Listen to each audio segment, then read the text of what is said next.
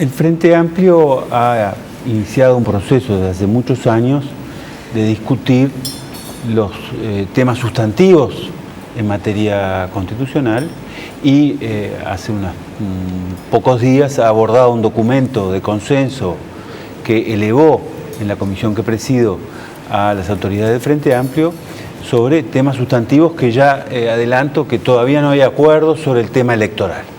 Y en esos temas sustantivos, que son 10 puntos como se explicaba, se trata de poner el texto constitucional de cara al siglo XXI sobre derechos humanos, sobre nacionalidad y ciudadanía, sobre las ética y transparencia pública, sobre las relaciones del Poder Judicial y el Poder Ejecutivo y el Poder Legislativo, sobre el ambiente y su protección, y la integración regional, la inserción internacional, así como el tercer nivel de gobierno. Estos son temas sustantivos que yo creo que hay una pertinencia, porque el texto constitucional que nos rige, y al que nos debemos todos, de todos los partidos políticos, es el texto de la Constitución del 66, con las modificaciones fundamentales de la reforma del 96.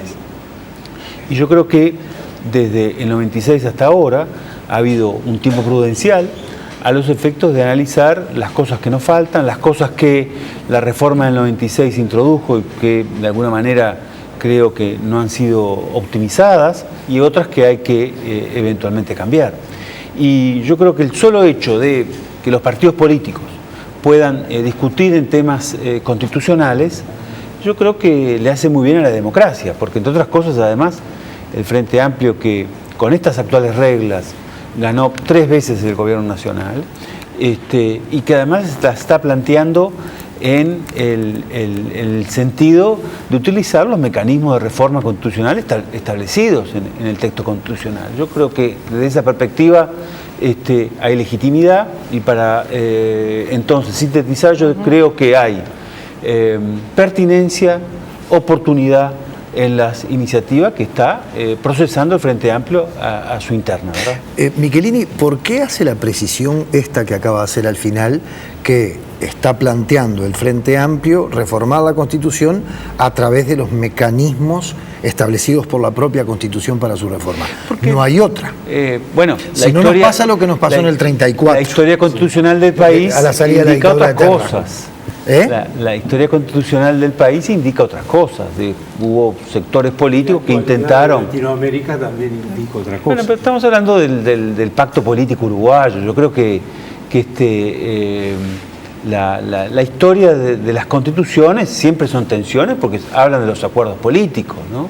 Jiménez Areche decía, por ejemplo, que la opinión de él es que el control de constitucionalidad en Estados Unidos en realidad no está en la Constitución estadounidense, sino que era un invento del juez Marbury. Pero la Constitución de Estados Unidos tiene 7 artículos nada más, ¿no? Entonces, y después son todas enmiendas. Yo creo que... bueno, ahí está. Ahora lo interrumpimos y seguimos, no sé, Pablo.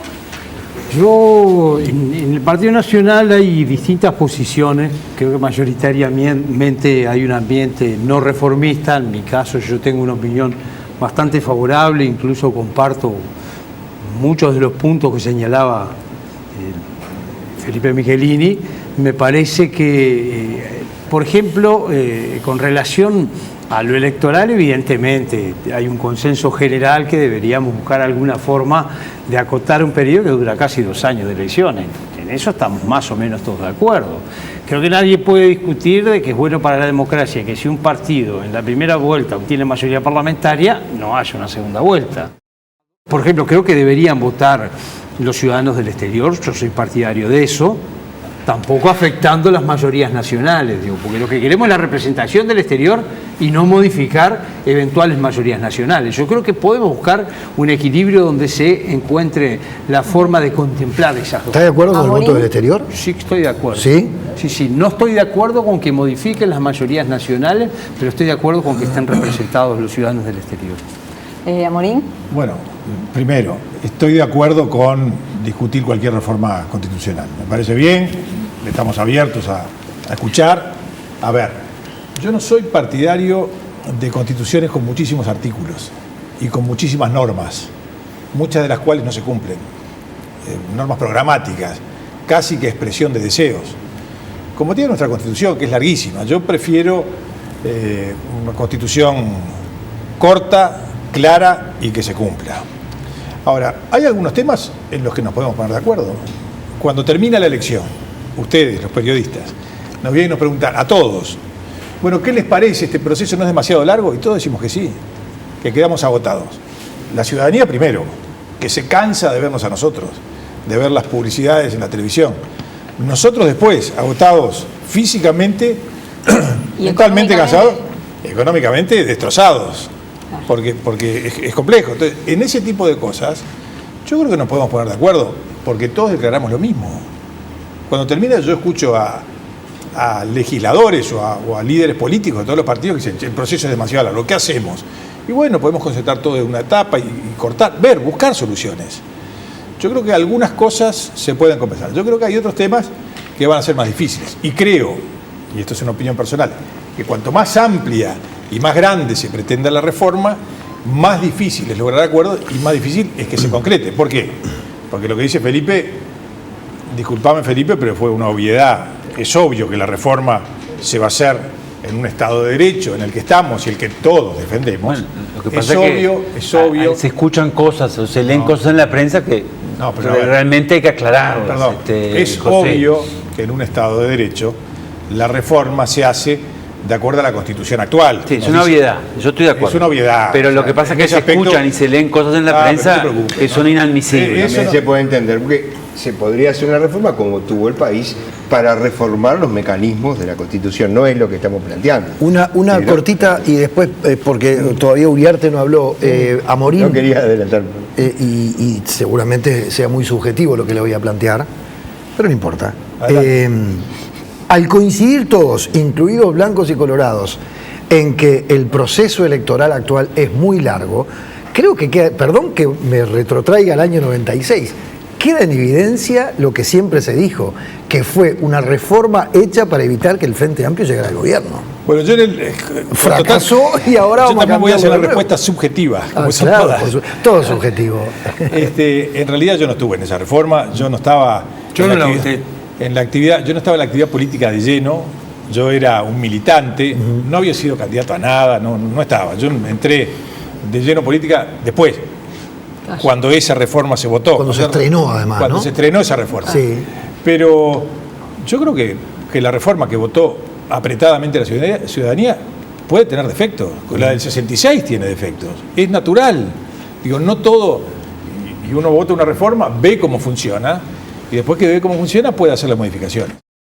Yo creo que si nos proponemos realmente hacer una reforma constitucional que tenga contenidos y no una reforma meramente electoral, que es justamente una de las cosas que ha encargado el Frente, no detenernos solo en una reforma electoral, sino darle contenidos, hay que empezarlo a discutir ya. Y me alegra que en esta mesa podamos estar de acuerdo en que hay que dialogar sobre este tema, porque algunos actores políticos se han cerrado la banda y han dicho cosas, bueno, que queremos ir a un proceso bolivariano, no sé qué más. Nada más lejos que eso, nada más lejos. Espero que no.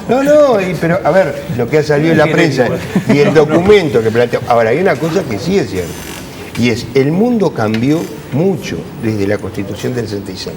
Recordemos que la Constitución del 66 fue hija además de un periodo de crisis del Uruguay, de crisis económica, social, ¿verdad? Es decir, no era un momento fácil para el Uruguay, había hasta guerrilla urbana, entonces fue producto de ese momento, y también ahí se incorporaron también algunos avances sociales importantes, aunque no fue el tono. Ahora, de esos casi 60 años que han pasado, el mundo ya no está dividido en dos, ¿no? Era lo que pasaba en el 66. Nuestro país no está en una crisis de convulsión social ni de peligro de la institucionalidad, como podía haberlo en el año 66, ni tampoco, digamos, una problemática política como la que hubo en aquel momento. Y sí ha evolucionado mucho el mundo en materia de reconocimiento de derechos. Yo digo, nosotros queremos afirmar en la Constitución los derechos que hemos reconocido en estos últimos años a nivel legislativo.